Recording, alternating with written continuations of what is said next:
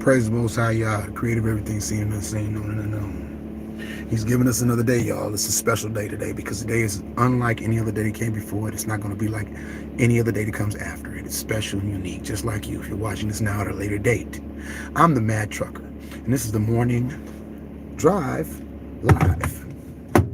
Me, the Mad Trucker, will be having conversations. And if you'd like to participate in this live session, you're more than welcome because it's open to anyone who wants to participate on the condition that they first read my channel description. And if it's something that you're still interested in, come back and follow the directions by greeting everybody in the room, regardless if I'm here by myself or if there's 1,000 people watching, with a peaceful greeting according to your culture, your customs, and your way. And then after you do that, you can ask a question, make a statement, or a comment. Now, if you ask a question, it sparks conversation. And the working definition of a conversation for the purposes of this live and all other lives that I go on is as follows. A conversation is truthful and honest questions and answers using logic to come up with solutions to problems, because I've discovered in my decades of being on this planet that arguments, debates, and wars are synonymous with leaving problems in their wake. If we have a conversation, we might disagree, but at the end of the day, we both walk away with a deeper comprehension of each other, which means everybody wins if you have a conversation. And the only way you can solve a problem is having a conversation. Because having a conversation sketches out a plan of action. And that's what this live is for. That's what this live is about. Today's topic is love. That's what today's topic is. We're going to be talking about love today.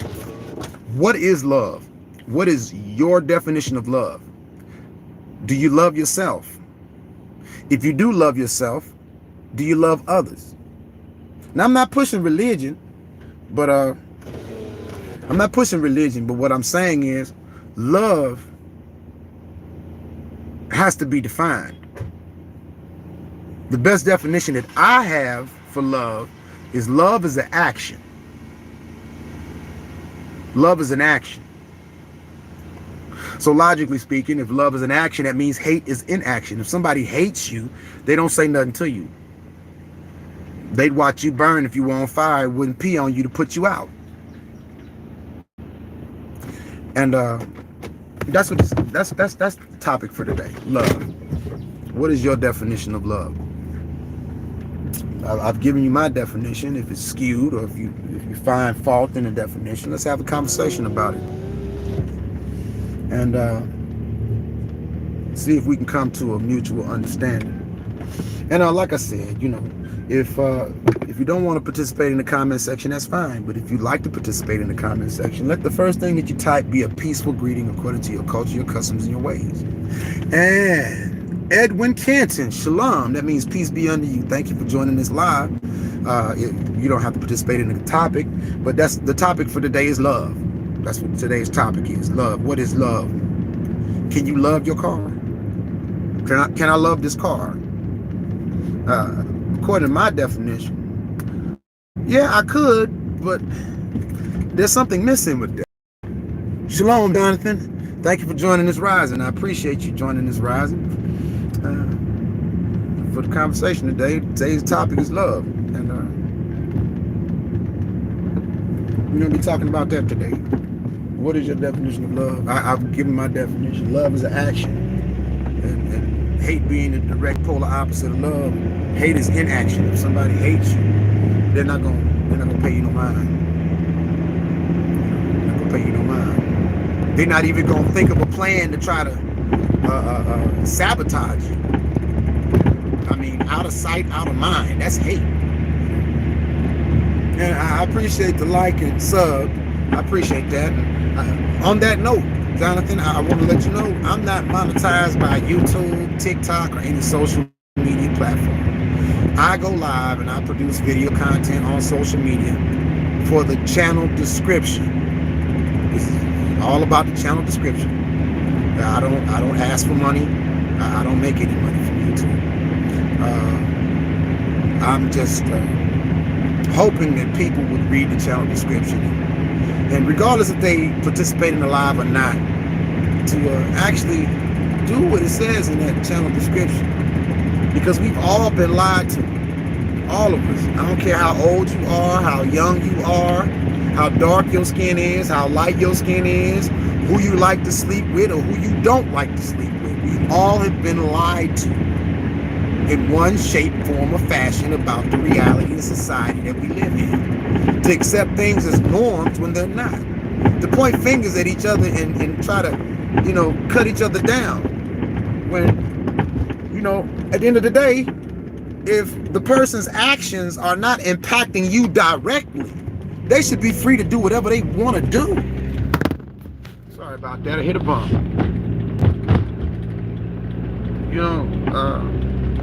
And this was a topic of discussion a few lives ago. I was asking the question. It said, okay, Christ said we are to love. Christ said, you've heard it said to love your neighbor as you love yourself. But I say unto you to love your enemy as you love yourself. And that's why I started this live out by asking you, the audience, if you're watching this now or at a later date, what is your definition of love? What is your definition of love? Now keep in mind, I'm not talking about no kink. I'm not talking about, well, this live is not for children, so I'm not talking about sex. I'm talking about love. Love. Because you don't have to have sex with something to love it. A lot of people, they don't agree with that statement. And I don't understand why. It's illogical, Captain. How can I love something? Why would I? That's a better question. Why would I love something that cannot or will not reciprocate that love? That's fruitless, isn't it? To love something that can't love you back, which goes back to what I was saying earlier. I could love this car, but it's waste. It's waste. I love this car. Well, you scratch my car, now I got to shoot you. Step on my shoes, step on my sneaker, now I got to kill you. It's crazy. It's Babylon is what it is. Babylon meaning confusion. And it seems like a lot of people are just content in the confusion.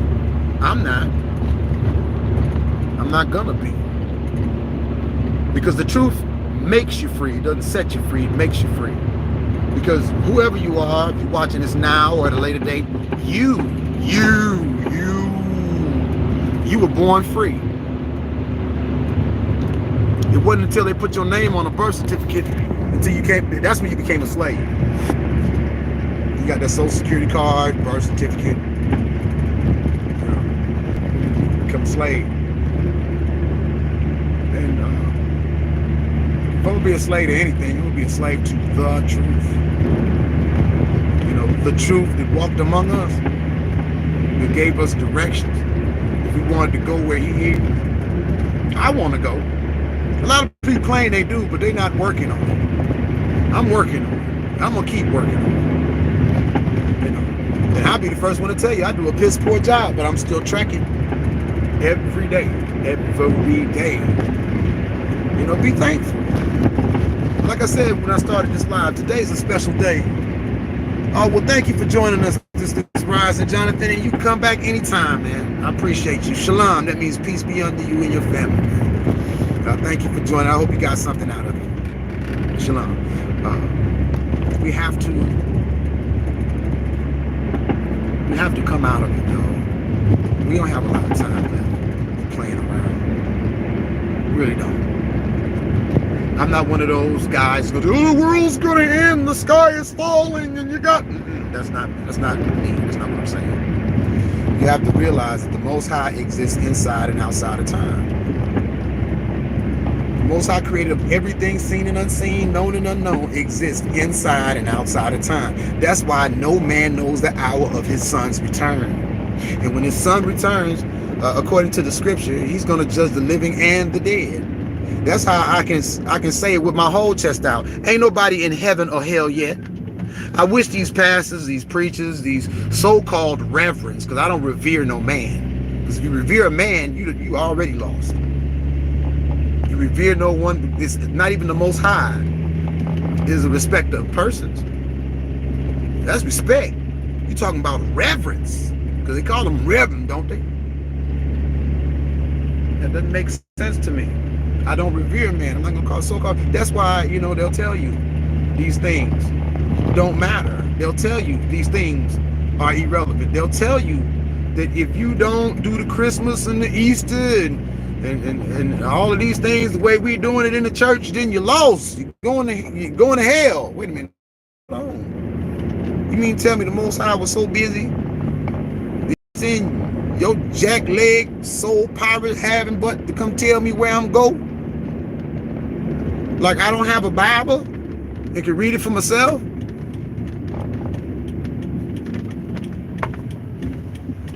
Sketch it out. A lot of people are comfortable with well-dressed lies because the lie is well-dressed. I'm not. And yeah, you get a lot of things that satisfy your flesh. You know, if you drop that standard. You know, because if you pick up a higher standard, yeah, people ain't gonna like you. People not gonna call you. People ain't gonna come visit you. Family and friends gonna disown you. But it doesn't bother me. I'm gonna tell you why. And like I said, I don't tell grown people what to do. I just share what works, and it works. At the end of the day, I know there's something greater. I know there's something greater, and I happen to subscribe to the scripture, John 3:16. You know, I'm gonna believe on him. Everything he said. I'm not gonna let some soul pirate tell me, oh, all you got to do is believe. That's not what Christ said. All you got to have is faith to get into the kingdom. That's not what Christ said.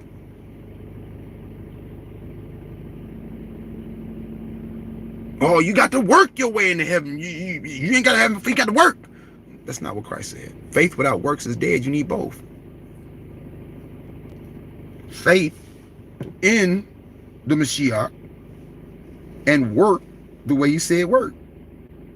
And all of it is in love. Even when I come at people in my video content, you know, that say some of the most disrespectful things. It might sound like I'm coming off disrespectful, but if you can really listen to what I'm saying, it's really out of love. Because these people come to my channel telling me how it's a waste of time and all. I mean, at the end of the day, nobody's holding a gun to anybody's head making them watch no content. But so I guarantee you, you know, it'll be one day this week, somebody's going to jump in the comment section and nobody care. I don't care. If you don't care, or if they didn't care, they wouldn't have typed anything. They would have scrolled on. And say, love your enemies, you love yourself. Love your enemies, you love yourself. Look, you've heard people say, love your neighbors, you love yourself. Love your enemies, you love yourself. And that don't mean run up to somebody that hates you and give them a big hug.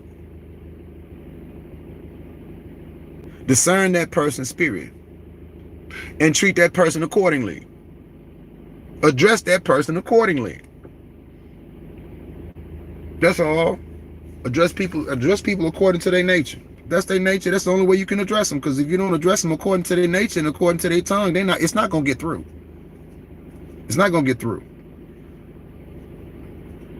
That's why a lot of my content, when I talk about SBS, it sounds funny, but I'm serious as a heart attack. Yeah.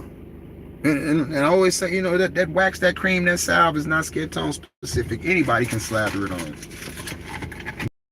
Those creases, valleys, synapses from firing in a critically live fashion. Anybody can slather it on. And if you slather it on long enough, you'll get content with wickedness. You'll be content with it. And then oh, well, that's just the way that it is. That's just the way that it is. You know, black people are shiftless and lazy and they ain't never did nothing in this country. That's not true. Yes, it is. No, it's not. Yes, it is. Why is that true? Because I said so. That's how that goes. Because somebody said so. If that somebody is not Yeshua or the Most High, miss me. If it's not aligning with Scripture, miss me. I'm playing catch up. Matter of fact, the world is playing catch up. They're still debating on what he looked like. And he told John to write down what he looked like in the book. It was a metaphor. Didn't he tell his disciples before he transfigured? He said, I speak with you in parables, but there will be a day where I come and I will speak plainly unto you. Plainly. So it ain't no metaphor. That's what he looked like. And he knew in these latter days, because he knew the end at the beginning, that people would be arguing about what he looked like. People would be trying to take what he looked like and making it seem like they're better than because they match the description. Well, here's a PSA. It doesn't matter if you paint a white Jesus and hang him up on your wall, or a black Jesus and hang him up on your wall. It's wrong both ways according to the scripture. Exodus 20. Yeah, that part that says, thou shalt not make unto thyself any graven image or any likeness of anything that is in heaven above, earth below, the waters under the earth. Thou shalt not bow thyself down to them, nor serve them. For the Lord thy Elohim is a jealous Elohim, visiting the iniquities of the fathers upon the children to the third and fourth generation of them that hate me. Doesn't it say that? So if you paint a black Jesus and hang him up on your wall, you feel wrong. You get you a statue of a black Jesus, you kill a statue praying, you're still wrong. Not because the mad trucker says so, but because Exodus 20 says so. And any preacher, pastor, so-called reverend will tell you that Christ did away with the law. They soul pirates. Because they tell you that Christ did away with the law, they calling the Most High God a liar. And they calling Christ a liar. Christ himself said specifically, he said, think not that I come to destroy the law of the prophets, but to fulfill. Fulfill means to put into effect. And he said, not one jot or tittle from the law shall pass until all be fulfilled. And in Revelation, it says you're not supposed to add or take away from the word. Because if you add or take away from the word, you're going to receive all the curses of the book. But how can you, but they've been adding and they've been adding to it for a long time. They've been taking away from it for a long time. There are 66 books in your canon that they call a Holy Bible. And it's not a Holy Bible because it's not complete. They took books out. And then when those European settlers came to this continent, they brought their Bible. And they took more books out of that 66. The entire book of Revelation, gone. As well as other books and verses, gone. And they debate on whether or not it was done on purpose. Yeah, it was done on purpose. And if you have to debate that, it's not an insult. It's an observational statement from somebody that knows better. That your brain is smooth. If you want to debate on whether it was done accidentally, oh, they accidentally did it. They accidentally painted them white, right? They accidentally took out books like the book of Enoch that Christ mentioned in the 66. But you don't have a book of Enoch in your 66. Who gave these Catholics the authority to do what they doing with the word of the Most High? Themselves. It wasn't the Most High. It wasn't the Most High. I'm saying that respectfully. You know, it was not the Most High. The Most High loved the world. He loved his system. He loved us so much that he sent his only begotten one. Because there's only one truth, one way, one life. Well, it's all in love. I made it to the homestead, and to everybody that you know, stayed with me until I got home. I appreciate it. And on that note, I want to say, may the Most High bless and keep each and every one of you. May the Most High smile upon each and every one of you. May the Most High bless you and give you shalom. That means peace be unto you. Thanks for watching. If you're watching this now at a later date, I'm the Mad Trucker.